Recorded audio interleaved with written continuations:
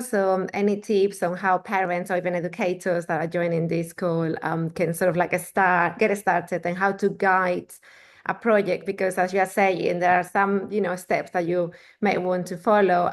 You don't want to obviously over guide the children. So, how do we go about that at home?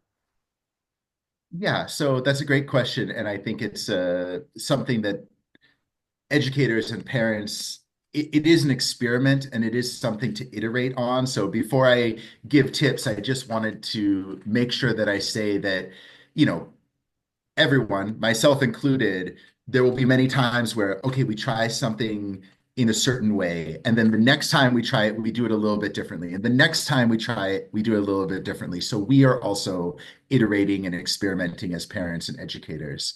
I think some of the things that uh, are helpful. One is about the environment. So setting up a workspace that is comfortable to be around.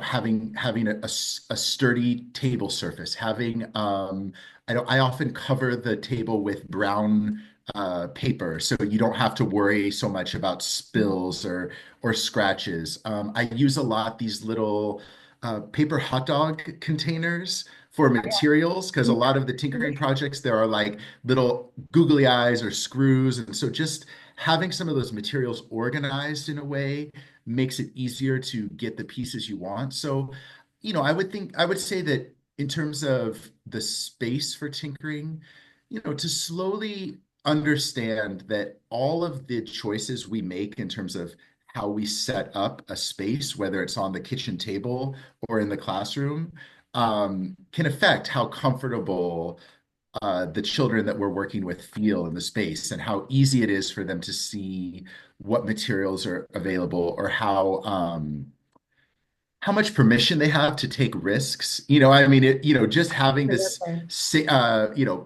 paper on the table, like it signals that it's okay to be a bit messy and it's okay to let your ideas go a little bit outside of the lines. And then I think the other really key thing to be thinking about is the facilitation techniques. So as we're trying these activities, you know, there's a lot of guidance and of questions we can ask and just observations we can make about what the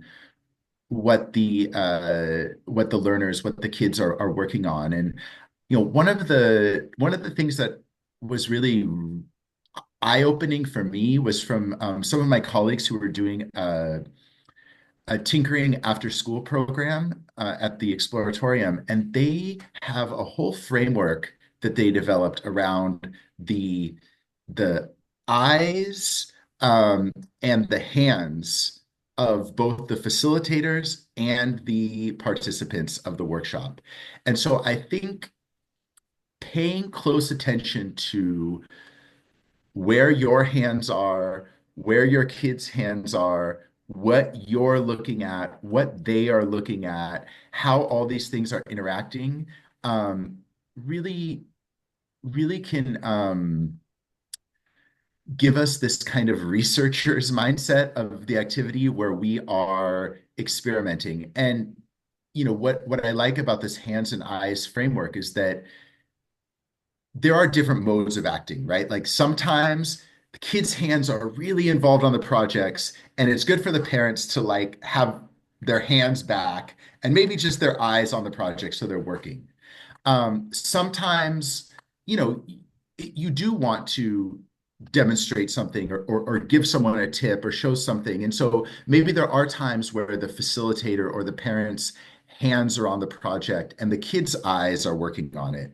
And so there's lots of different combinations. And the only thing that they were recommending to stay away from is where your hands are on the projects and the kids' eyes are not on the project, like to try to do something for the learners. Mhm. And I think that's really the key thing that keeping the ownership and the agency of the projects in the hands of the child, in the hands of the learner, where it's not about what our ideas are as the parent. It's not about where we think these projects should go or where we think they should be learning this at this specific moment, but it's really about following the ideas and the questions and the paths that the kids, that the participants of the activity